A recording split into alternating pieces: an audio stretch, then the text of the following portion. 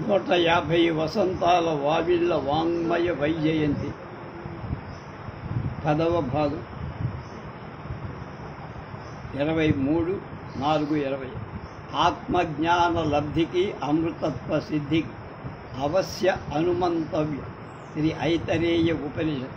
Doctor Elchuri Muralidhar. Brihadaranyaka ఉపనిషత్తు బహువచ ఉపనిషదమని నామాంతరం కలిగింది.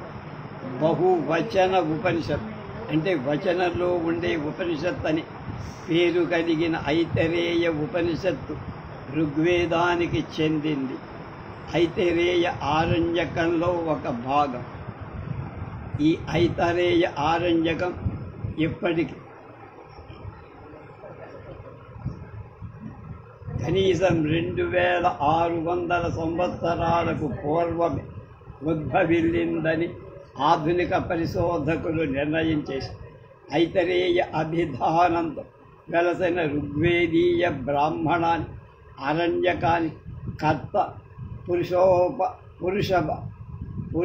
యజ్ఞోపాసకు 116 సంవత్సరాలు కర్త మహిచాప ఐతరేయుడని ఊహింప. ఛాందోగ్యోపనిషత్తు కథనాన్ని బట్టి ఈ పురుష యజ్ఞోపాసకుడు 116 సంవత్సరాలు జీవించినట్లు అర్థం. మాధవాచార్యుడితను నిర్మలాత్ముడని, సాక్షాత్తు నారాయణ అవతారమని సాయనాచార్యుడు మహిదాసుని తల్లి పేరు ఇతర అని వేరొక గాథ చెప్పారు. మహిదాసుని తండ్రి ఇతరను నిరాదరించి అన్య భార్యలలో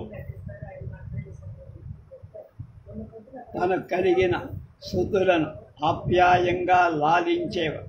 ఒకనప్పుడు యజ్ఞశాలలు ఋషులంతా ఉపవిష్టులై ఉన్న సమయంలో మహిదాసుడు తండ్రి తొడ మీద కూర్చోబోగా నలుగురిలో అతనికి అవమానమైంది ద్రువుడికైనట్టు. తన కొడుకు మనోవేదను గ్రహించి ఇష్టదేవతను ప్రార్థించి భూదేవి ప్రసన్నులై దివ్య రూపంలో సాక్షాత్కరి మహిదాసుని సౌరమండల నివేశాన్ని కల్పించి అప్రతిహతగా విజ్ఞానాన్ని ప్రసాది.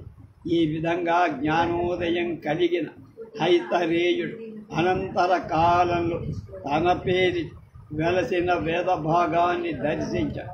ఈ కథనలు ప్రసక్తమైన ఇతర శబ్దాల ధ్వనితార్థాలను పరిశీలించి కొంతమంది విమర్శకుడు మహిదాసుడు జన్మతః ద్విజుడు కాడని, తపోవృతుడైన దైవ కృప వలన మహర్షి పదాన్ని అధిగమించాడని భావిస్తారు.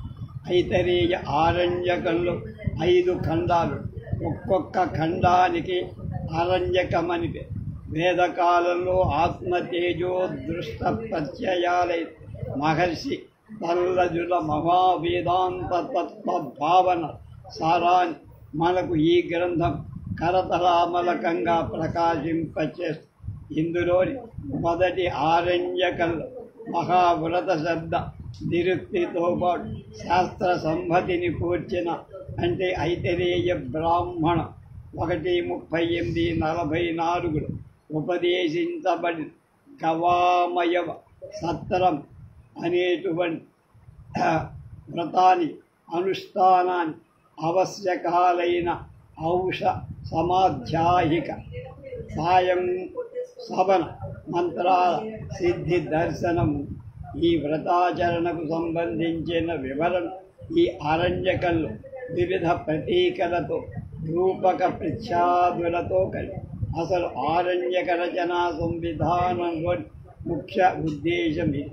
కర్మకలాపాలలోని రహస్యార్థాలు కథాముఖంగా విప్పి చెప్పడం, కాలక్రమేణ భగవద ఆరాధన క్రమం, కర్మానుష్ఠానం, ధ్యానధారణం అనేవి స్వతంత్ర మార్గాలుగా ఏర్పడ్డాక ఆరణ్యక పారప్రస్థాన్ని స్వీకరించి మోక్షకాముడు ఆత్మతేజాన్ని ఉద్దీపింపచేయట ఏమేమి ఉపదేశించి అమోఘమైనటువంటి శాస్త్ర సంహితగా రూపుదిద్దు. అంచేతనే ఇందులో అగ్నిహోత్ర విధులతో పాటు సర్వ కర్మలను పరిత్యజించి ధ్యాన రూపంలో స్వాత్మ చైతన్యాన్ని దర్శించిన యోగీంద్రుడు విజ్ఞాన సారం నిక్షిప్తమై గ్రంథ ప్రారంభంలోనే కాధికుడు బ్రహ్మ గాయత్రి బ్రహ్మైతదః అంటూ గాయత్రి మంత్ర మహావ్రతాహారాలలో బ్రహ్మ అనుసంధానం చేయడం దీని సర్వాత్మ భావన నిదర్శనమంచం. ఋగ్వేదం దశమ మండలంలోని సూక్తాన్ని దర్శించిన ఋషిని గురించి వివరిస్తూ ఆరణ్యకం తద్వాసుక్రం బ్రహ్మవైవ శుక్రో బ్రహ్మదహ బ్రహ్మణైవ తదహ బ్రహ్మ ప్రతిపద్యతే అంటే బ్రహ్మ సాక్షాత్కారం కలిగిన ఋషి చేత బ్రహ్మస్వరూపుడిగా అధ్యారోపించడం అన్నమాట. మొదటి అరణ్యకల్ సూత్యార్థ సూచన ప్రసక్తమైన ఈ బ్రహ్మాత్మభావాన్ని ఐతరేయ ఉపనిషత్ చక్కగా వివరించి ఐతరేయ ఆరణ్యకంలో 2వ 3వ ఆరణ్యకాల పూర్ణ పాఠాన్ని మహా ఐతరేయోపనిషత్తు అనే పేరు వచ్చింది. తృతీయ ఆరణ్యకాన్ని ప్రత్యేకంగా సంహిత ఉపనిషత్తు అనే పేరు. ఉపనిషత్ బ్రహ్మయోగి వంటి వారు ద్వితీయారణ్యకాన్ని మాత్రమే గ్రహించి ఐతరేయ ఉపనిషత్తుగా వ్యాఖ్య. అయితే శ్రీమద్ ఆదిశంకరాచార్యులు వారు ఈ ద్వితీయారణ్యకంలో చివరి 6 అధ్యాయాలు ఆత్మస్వరూపాన్ని తెలియచెప్పే ఈ భాగాన్ని ఆత్మషట్కం అని అంటారు. వారికి సంకరించి ఉపనిషత్ పాఠంగా నిర్ణయించి ద్వితీయ ఆరణ్యకంలో గల ఈ ఆత్మషట్కానికి పూర్వము అధ్యాయాలలో ప్రాణం లేదా హిరణ్య గర్భుడు విశ్వానికి ప్రథమ కారణమని బోధింపవ. ప్రాణ విద్యకు సంబంధించిన ఆ కర్మకలాప ధ్యాన పద్ధతి సమగ్రంగా వివరింపవ. అతి గభీర వేదాంత భావన ప్రాకరస్థానమైన ఈ భాగాన్ని గురించి నైపథ్య అనుశీలనగా 2 ఐతరేయ ద్వితీయ ఆరణ్యకం ఏష పంథా ఏతత్ కర్మైవ తద్బ్రహ్మైతత్పథ్యం తస్మాత్ న ప్రసూజ్యే తన్నాతీయాత్ అన్న ప్రబర్హ శబ్ద అతిరేకంతో ప్రారంభం. అమృతత్వ సాధన మహా ఆనంద లబ్ధికి బ్రహ్మజ్ఞానం ఒక్కటే ఉప. అందుకు వేదోక్త విధానం నిష్కామ బుద్ధితో ఆచరించి ఫలాన్ని బ్రహ్మార్పితం చేయి. అదే శృతి ప్రతిపాదితమైన పరమధం.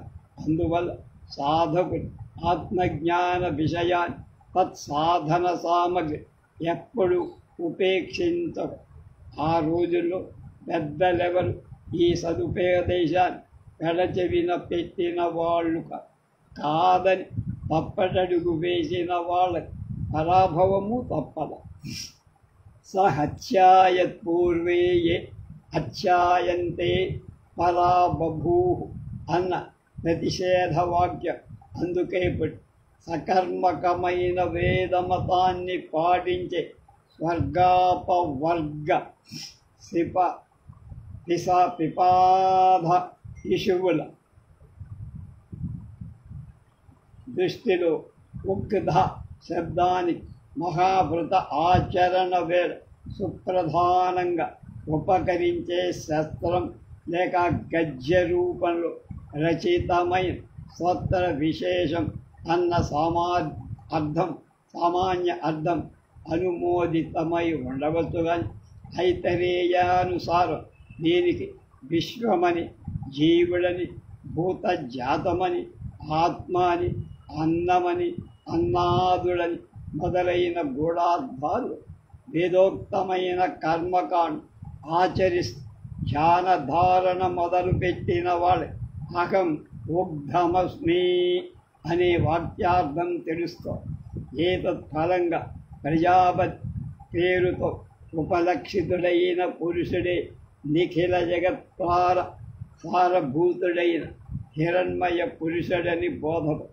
ఆ విరాట్ పురుషతత్వంలోనే బ్రహ్మము సాక్షీభూతుడై వ్యవహరిస్తుంది. తచిదం కర్మకృతం మయం పురుషో బ్రహ్మణో లోక అన్నది నిగం అంటే వేదం. ఈ ఉగ్ధమే చేతనాత్మకమై శక్తి విశేష. ఈ ఉగ్ధమే బ్రహ్మం, ఇదే ప్రాణశక్తి. ఈ బ్రహ్మం లేదా చైతన్యం పాదాగ్రాల నుంచి శరీరంలోకి ప్రవేశించి ఊర్ధ్వముఖంగా ఊరువులు, ఉదరం, హృదయం, శిరస్సుకు వరకు వ్యాపించి దర్శనం చూపుతుంది. శ్రవణం వినికిడి కలిగిస్తుంది. బుద్ధి, ఆలోచన, వాక్కుపలు, ఉచ్ఛ్వాస నిశ్వాసాలుగా మారుతుంది. అందువల్లనే యోగులలో కొందరు బ్రహ్మాన్ని ఉదర భాగం, కొందరు హృదయంలో ధ్యానించటం జరుగుతుంది. ఉదరం బ్రహ్మేది శార్కరాక్షారుపాసతే హృదయం బ్రహ్మేచ్చారుణ. ఇలాంటి ప్రమాణం వల్ల ఉదరంలో బ్రహ్మాన్ని ధ్యానించేవారు శార్కరాక్షులని, హృదయ పద్మలు నిలుపుకొని ధ్యానించేవారు అరుణులని గ్రహించాలి. వీరిలో సాంఖ్యరాక్షులు ఆ బ్రహ్మాన్ని వైశ్వానరుడని ప్రజ్ఞగా అవధరిస్తారని కూడా చెప్పబడి. బృహదారణ్యకం, ఛాందోగ్యం, కౌశీతకి, ప్రశ్న మొదలైన ఉపనిషత్తులు ప్రాణేంద్రియాల ఆధిక్య సంపాదనార్థమై జరిగే పరస్పర కలహం చిత్తరింపబడి. బృహదారణ్యకం అధ రూపాణం చక్షురిచ్చేత దేశాముగ్ధమతో హి సర్వాణి రూపా ఉత్తిష్ట చేతదేవాత్ సామైతద్ధి సర్వైరూపై సమేత తేషాం బ్రహ్మైతద్ధి రూపాని బిభత్తి అథ కర్మణామాత్మాచ్చేతదేశ ఊగ్ధమతో హి సర్వాణి బ్రహ్మాణ్యుత్తిష్టేదపాదాపాతే వాగ్ సామైతద్ధి సర్వై కర్మభిః సమమేతదేశాం బ్రహ్మైతద్ధి సర్వాణి కర్మాణి బిభత్తి తదేతత్వయం సదేకమయ ఆత్మాత్మో ఏకసన్నేతత్రయం తదేతదమృతగం సచ్చేతచ్ఛన్నం ప్రాణో వా అమృతన్నామరూపే సత్యం తాభ్యామయం ప్రాణశ్చందః. ఛాందోగ్యం యోః వై జ్యేష్ఠంచ శ్రేష్ఠంచ వేద జ్యేష్ఠశ్చ హవై శ్రేష్ఠశ్చ భవతి ప్రాణో వావ జ్యేష్ఠశ్చ శ్రేష్ఠశ్చ. కౌశీతకి అధాతో దైవః పరిమళ ఏతద్వై బ్రహ్మ దీప్యతే యదగ్నిజ్వలచ్చదైకన్నిత్యతే యద్ అన్నజ్వలతి తస్యాదిత్యమేవ తేజో గచ్చతి వాయుం ప్రాణ ఏతద్వై బ్రహ్మ దీప్యతే యచ్చంద్రమా దృశ్యతే తద్విద్యుద్విద్యోతయే దైధ మ్రియతే యన్న విద్యోతతే తస్య విద్యుతమేన వాయుమేవ ప్రవిశ్య వాయో తృప్తానముచ్యంతే తస్మాదేవ పునరుదీరత ఇచ్చది దైవతం అధ్యాత్మాం అధాతో నిశ్రేయసాధానం సర్వాహ వై దేవతాహం శ్రేయతే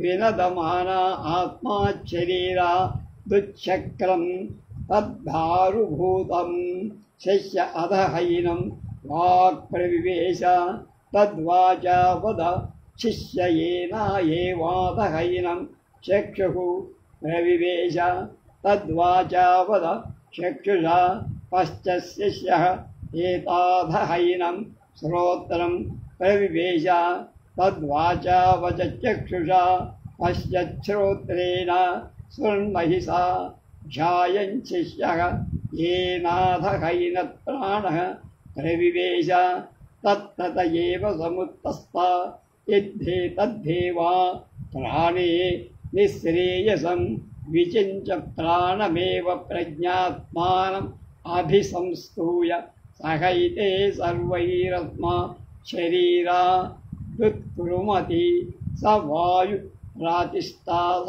प्रतिष्ठाकाशात्मा न सर्वेति तद्भवति यत्रैतद्देवान् तत्प्राप्य तदम्भतो भवति यदमृता देवाः నాలుగులో అని ఈ విదేశాలన్నిటిలో పార్యంతిక ప్రాణశక్తికే శ్రేష్టత్వం నిరూపించముష్టం అసి త్వమిదం సర్వమస్ తమవయస్య త్వమస్మాకం తవస్మస్ అని ఋగ్వేదం. నీవే ఉగ్ధం, నువ్వే సమస్తాని, నువ్వు మా దాని, మేము నీ వారం.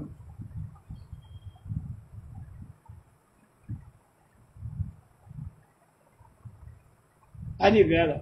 ఈ తర్వాత అధ్యాయంలో ఉగ్ధ సంగీతమైన ప్రాణమే దినం పగలు, ఉదయ మధ్యాహ్నాలు, సాయంఘ్నాలు సత్వరూపం అని సత్స్వరూపం అని ప్రతిపాదన. ప్రాణం లేదా చేతన అచేతనాత్మకమైన జీవశక్తి సమస్త వాగ్య వ్యవహారాన్ని మూల కందమని, వాక్యే విశ్వవిజ్ఞానాన్ని ఆధారమని ఈ అధ్యాయం నిరుపు. తస్య వాక్తన్నిర్నామాని దామాని తస్యేదం వాచాతంచ నామభిధామది సర్వం హిదం నామని సర్వం వాచాభిదదత్ అనే సూక్తాభిప్రాయం ఇదే. అందువల్ల ప్రాణమే జ్ఞానమూలకమైన వేదానికి ఆధారమని చెప్ప. ఈ ప్రాణమే సచ్చిదానంద రూపమైనటువంటి పరబ్రహ్మాని ఉపలక్షకం. ఈ ప్రాణమే విశ్వాంతరితమైన ఆత్మదేయం ప్రతిభాసితమైన ఈ జగత్ వ్యక్త రూపాన్ని పొందకముందు నిర్గుణ బ్రహ్మలో వాగ్రూపంలో అంటే భావనా రూపంలో నిక్షిప్తమై ఈ ప్రాణశక్తి పర్యావర్తింపని చోటు అంటే ప్రవేశించ. ఈ ప్రాణశక్తి ప్రతిభాసిక జగత్తు బృహతీ రూపంలో సంరక్షిస్తూ ఈ విధంగా ప్రాతిభాసికమైన లేదా పరిదృశ్యమైన మానమైన జగత్ అనటం వల్ల పిపీలికా బ్రహ్మ పర్యంతమైన సమస్తం ప్రాణమయమే అని తప్ప. సర్వం హీదం ప్రాణేనాకృతం సోయమాకాశః ప్రాణేన బృహత్యా విస్తబ్ధః సద్యథాయం ఆకాశః ప్రాణేన బృహత్యా విస్తబ్ధానీచ్చేవం విద్యాత్ అని ఆరణ్యక్. షట్త్రింశద్వర్ణవర్ణితమై బృహతి నవఛందాని పాదానికి 9 పదాల లెక్క 9 × 4 36. లక్షణ శాస్త్రంలో విశిష్ట స్థానం. బృహతి అంటే అత్యంత విస్తారితమని అర్థం. అలాగే అంచేత్ బృహతిగా అభివ్యంజితమైన ప్రాణం చరాచరాత్మక జగద్విస్తార సుస్థితి మూల కందం అంటే మొదటిది ఆధారమని 6వ అధ్యాయంలో పురుష శక్తుల సంయగభివర్ణనము. ప్రాణం బ్రహ్మాండం యొక్క జీవశక్తి కాగా పురుషుడు బ్రహ్మాండంలో జీవ వ్యక్తి అని చెప్ప. అది వ్యక్శక్తి, ఇది వ్యక్తి. ప్రాణ విరాట్ పురుషతత్వాల అభేద అధ్యవసాయం. అందువలనే ఈ రెంటికి ప్రకృతాధికరణను పర్యాయవాచికత్వం కల. కొడుకుడు తండ్రి, సేవకుడు యజమాని సేవించినట్టు ఇంద్రియాలు ప్రాణశక్తిని సేవిస్తూ ఉంటాయి.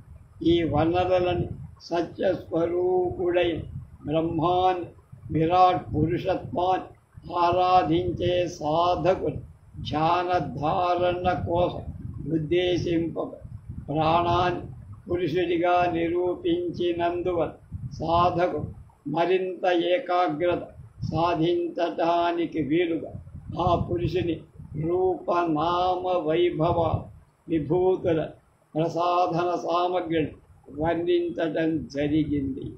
ఈ విధంగా పురుషుడు జ్ఞాన కర్మల ఊతగా ఆధారంగా తీసుకొని సృష్టి క్రియలు మొదలుపెట్టి మొదట జలాన్ని సృష్టించి జలం నుండి సమస్త చరాచర జగత్తు ఆవిర్భవి. ఈ సత్యాన్ని దృష్టిలో పెట్టుకొని వేదకవులు పురుషుడి తండ్రితో పోల్చి భూతాదులను కొడుకులుగా చెప్పారు. తదిదమాప ఏవ ఇదం వై మూలం అధస్థూలం అయం పితా ఏతే పుత్రాః యత్ర హక్వచ పుత్రస్య తత్పితుః యత్ర వా పితుః తద్వా పుత్రస్య అన్న మాటల అంతరార్థం. మహిదాస ఐతరేయుడు ఈ పితృసుధారి సుత అంటే తండ్రి కొడుకులు భావ పరమార్థాన్ని చక్కగా గ్రహించాడు కనుకని నేను నా నుండి దేవతలుగా బాహుళ్యాన్ని చెంది ఆ దేవతలు నేనుగా ఏకత్వాన్ని భజిస్తున్నారని ఎరుగుదును అనగలిగారు. కనుక భేదభావాలని వ్యవహారార్థ కానీ వాస్తవికాలు కావని ఇక్కడ ప్రతిపాదన.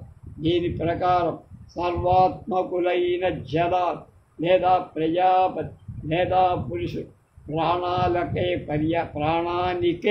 పర్యాయ పదాలని సర్వము ప్రాణమే అనితే అతడే జలంలో ఉన్న జలశాయి, అతడే ప్రాణం, అతడే సదాత్మ దేవత. అతన్ని సత్స్వరూపుడుగా ఆరాధించి మహామహిమోపేతుడు దానవుడు వైరభక్తితో ఆయన అసత్స్వరూపుడిగా విరోధి పరాజయాన్ని పొంది మృత్యువు అమృతత్వం అలాగే రెండు ఆయన స ఏష ప్రాణ స ఏష భూతిశ్చానుభూతి తం భూతిరితి దేవ ఉపాసాంచకిరే చకిరే హే బభూవు అభూతిరిచ్చసురాః ఏహ పరా బభూః స ఏష మృత్యుశ్చైవామృతంచ అని మూల. అమృతమయమైన ప్రాణ మరణశీలుడైన జీవుడు అన్నంలో సహవాసం చేస్తాడు. నశ్వరమైనటువంటి ఈ చరాచర సమస్త జీవకోటిలో ఈశ్వరుడు ప్రాణరూపుడై అధిష్ఠించి ఈ అధిష్టాపక మృత్యువు లేదు. అమర్త్యోమర్చేనాశయోని ఇది ఏ తేన హీదం సర్వం సయోని మత్స్యాని హీమాని శరీరాని అమృతైషా దేవత ఆ శస్వంతా విపూచేన వియంతాని అన్యం చిక్ష్యుః న చిక్ష్యుః అన్యం ఇది నిచిన్వంతి హే వేమాని శరీరాణి అమృతైషా దేవత. అంటే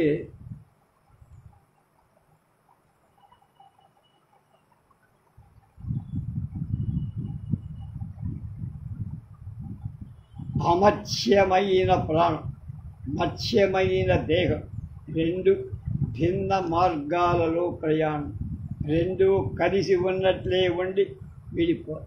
అలాగే ఈ రెండి సంయోగం వల్ల ఒకటి పెంపు మరొకటి తరిగి దేహం పెరిగిన కొద్ది ప్రాణం క్షీణించిపోతుందని తప్ప దేహానికే తప్ప ఈ వినాశాది ధర్మాలు ప్రాణానికి దాని అధిష్టాతకి వర్తించు. ఈ విధంగా ప్రాణం యొక్క మహాత్మ్యాన్ని వర్ణిస్తూ సాంప్రతాధ్యాయం సూర్యుడితో ప్రాణానికి అభేదం చెప్ప ఏష ఇమం లోకమభ్యర్చ్యత్ ప్రాణో ఏష ఉపతి అనే చోట సూర్యుడు లోకాన్ని పురుష రూపుడై ప్రవేశిస్తాడని, అతడే ప్రాణమని నిగమనం ఉంది. ఈ ప్రాణమే శతర్చిన్సుడు, మధ్యమసుడు, వృక్షమధుడు, విశ్వామిత్రుడు, వామదేవుడు, అత్రి, భరద్వాజ, వశిష్ఠుడు అనే పేర్లతో 8 మంది వేదర్శులుగా పరిఢవిల్లబడి ముక్తామూర్త సమస్తం ఈ ప్రాణమే. స ఇదం సర్వం ప్రగాధలు, పావమానసు, క్షుద్ర సూక్తాలు, మహాసూక్తాలు, సూక్తాలు, రుక్కులు, రుక్ అర్థాలు, పాదం, వర్ణం అన్నీ ఈ ప్రాణం. సర్వరుచ సర్వే దేవా సర్వే ఘోషా ఏకైవ వ్యాహృతి ప్రాణ ఏవ ప్రాణరుచ ఇచ్చేవ విద్య స్థావర జంగమాత్మక జగత్ విస్తారమంతా ప్రాణమే ఆతతమై ఊతగా ఉంది. సాధకుడు సర్వరుక్కుల మృగాది మంత్ర విశేష సర్వదేవతానీకాని సర్వశబ్దాలు ప్రాణమొక్కటే వ్యవహారమని. ఇక్కడే ఒక రమ్యమైన కథానిక. విశ్వామిత్ర మహర్షి ఇంద్రుడి దగ్గరికి వెళ్ళి వేదగానం చేస్తారు. తమింద్ర ఉవాచ ఋషే ప్రియం వై మేధాముపాగావరంతే దదామీతి. ఆ పాఠ సౌష్ఠవానికి పులకితుడై ఇంద్రుడు ఆయన వరం కోరుకోవయ్యా. సహోవాచత్వామేవ విజానీయామితి. విశ్వామిత్రుడు అంటాడు, అయ్యా నువ్వెవరో నాకు తెలియచెయ్యి అన్నాడు. తమింద్ర ఉవాచ ప్రాణో వా అహమన్యస్పృహే ప్రాణత్వం ప్రాణ సర్వాణి భూతాని ప్రాణోహేష ఏష తపతి స ఏతేన రూపేణ సర్వాదిశో విష్టోస్మి. ఆ మాటకు ఆయన ఇంద్రుడు, నేను ప్రాణమయ్యా, నువ్వు ప్రాణానివే, సర్వభూతాలు ప్రాణమే, వెలుగు వేడి విరజిమ్మేవాడు ప్రాణమే, ప్రాణరూపాననే నేను అన్ని దిశల్లో అభివ్యాపించి ఉన్న వెలుగు పొందేవాణ్ణి నేనే అని గర్భితార్థ ప్రకాశంగా ఇంద్రుడు చెప్పు. ఈ ప్రాణమే మహావ్రతానుష్ఠానంలో పఠించే నిష్కైవల్య శాస్త్రమనే శ్లోక సాహస్రిగా వ్యక్తమైందని ఆ తరువాత అధ్యాయంలో మనకు తెలుసు. ఈ శ్లోకాలన్నీ బృహతి ఛందస్సులో ఉండడం ఇక్కడ ఇస్తుంది. బృహతిలో పాదాన్ని 9 అక్షరాలు, శ్లోకానికి 36. మానవ జీవితం శతమానం కనుక ఈ సహస్రి శ్లోకంలో 36,000 అక్షరాలు. రాత్రుడు వ్యంజనాలుగా, పగళ్ళు స్వరాలుగా సంకేతింపబడ్డ 100 సంవత్సరాలు 36,000 రోజులను సంవర్తిస్తారు అని తాను. ఈ సాహస్రిక సంఖ్యకు ఇంకా అనేక విశేషార్థాలు. అత్యధిక సంఖ్య లేదా సర్వాంతర్వర్తని, ఆల్ ఇంక్లూజివ్ అనే సంఖ్య అనే అర్థం. అందువల్లనే ఈ అరణ్యకమం శుద్ధ సత్వ స్వరూపమైన ప్రాణానికి బృహతి సంజ్ఞతో పర్యాయవాచికత్వంగా చెప్పు. ఉపనిషత్తులు ప్రతిపాదించి పరమ సత్యాన్ని ప్రాగ్భూమికగా ఈ అధ్యాయం నెలకొల్పబడి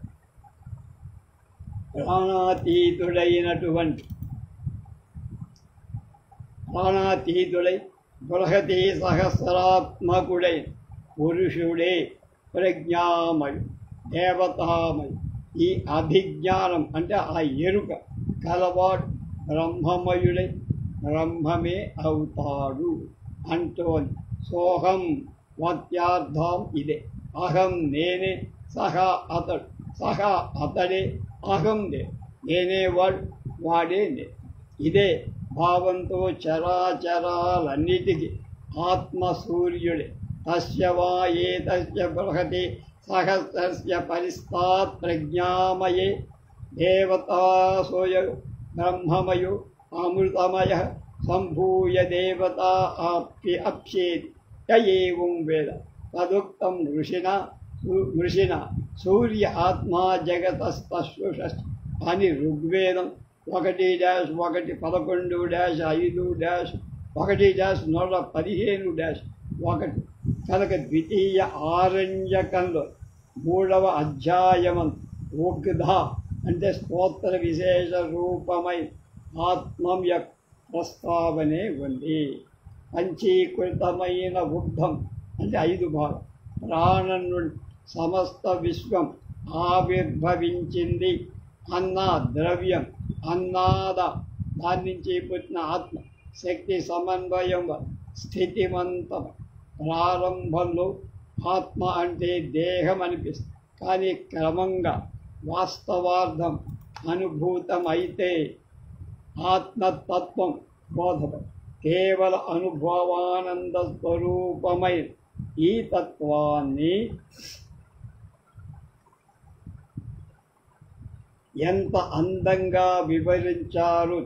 తస్య ఆత్మానమావిస్తరాం వేదాస్మృతేహ ఆవిర్భూయ య ఓషధివ వనస్పతయో యచ్చ కించ ప్రాణభృత్స ఆత్మానమావిస్తరాం వేద ఓషధి వనస్పతిషు హి రసో దృశ్యతే చిత్తం ప్రాణభృత్సు ప్రాణభృత్యుత్వేవావిస్తరామాత్మా తేషం హి రసోపి దృశ్యతే న చిత్తమితరేషు పురుషేష్వేవ విస్తరాం ఆత్మా స హి ప్రజ్ఞానేన సంపన్నం అతో విజ్ఞానం వదతి విజ్ఞానం పశ్యతి వేద స్వస్థనం వేదలోకాలోకో మచ్చేనామృత మీప్సచ్చేవం సంపన్నః అధేతరేషాం వసూనాం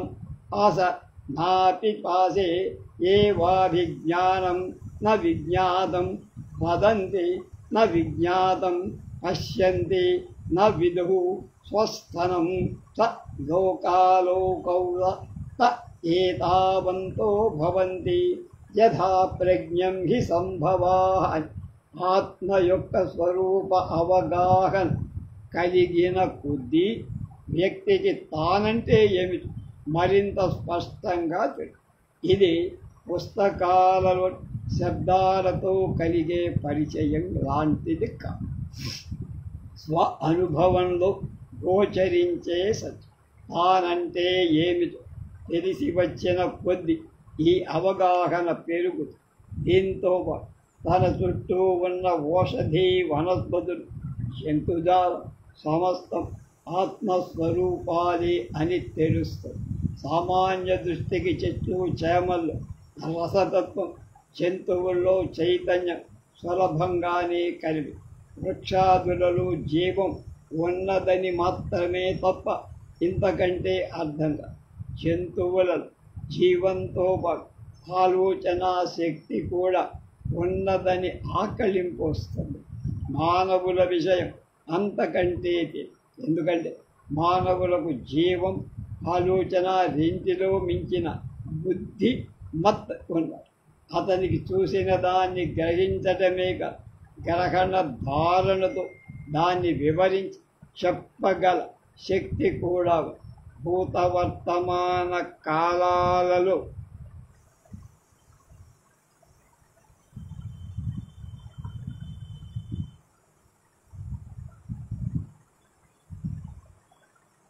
అతనికి భావిస్మరణ కూడా తన పరిసరాలలో తనకు సుదూరంలో లోకాలోకాలు ఏముందో వాడికి తెలుసు.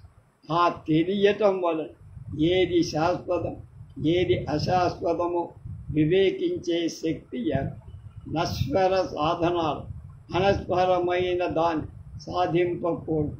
ఈ లక్షణాలలో ఏ ఒక్కటి జంతువులకు సాధ్యం కాదు. మానవుడే మహనీయుడని మహోన్నత స్థితిని చూరగొనటాన్ని ఉత్తమాధికారి అని ఇక్కడ వివక్షిత. సమస్త మహనీయుడని మహోన్నత స్థితిని చూరగొనటాన్ని ఉత్తమ అధికారని ఇక్కడ విపక్షిత. కనుక సమస్త జీవరాశికి మానవుడే శ్రేష్ఠుడన్న ఈ వివరణ ఐతరేయ ఆరణ్యకం వల్ల ప్రభావితమైన అనంతరీయ కృతులలో కలిగి మనుస్మృతి, మహాభారత్, భాగవత్ వంటి గ్రంథాలు దీనికి నానాఖ్యాన మనోహరంగా అంటే ఆఖ్యానాలతో కథలు మానవుడి ప్రతిభాసే విలసనాన్ని, జగన్మంగళాస్పదన భావాన్ని, సంపద అంతేలే పూనుకుంటే అతనికి అసాధ్యమైంది. అందువల్ల అనంతరాధ్యాయ మనిషి మహాసముద్రంతో అతను సర్వోన్నతుడని అతను సాధింపలేని వస్తువులే. అంతేకాదు సాధించినంతటితో అతని మనసు ఊరుకోదు.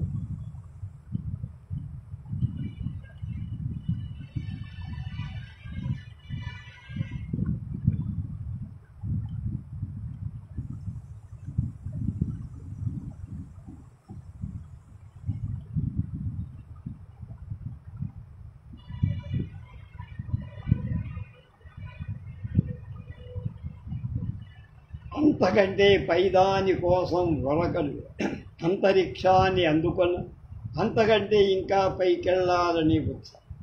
ఆ తర్వాత అంతకు మించి అంతకంటే అతీతమైంది స ఏష పురుష సముద్ర సర్వం లోకమతి యత్ కించి అశ్నుతే అచ్యేనం మన్యతే యది అంతరిక్షం లోకం అశ్నుతే అచ్యేనం మన్యతే యజ్జమం లోకం అశ్నూవీతే అచ్చే వైనం మన్యతే. ఈ దూర కనిష్టాలు సమీపించాలనే కోరి ఆద్యంతాలు గుర్తులేని అనంతంలో అడుగు పెట్టేవారు అతన్ని ముందుకు నడిపిస్తూనే సర్వాతీతమై ఆ శుద్ధ బుద్ధ ముక్త కేవల అఖండ సచ్చిదానంద స్థితిలో అతని యాత్రకు ముగింపుడు. రెండవ ఆరణ్యకంలో రెండవ భాగంలో ఏం చెప్పారో రేపు తెలుసు.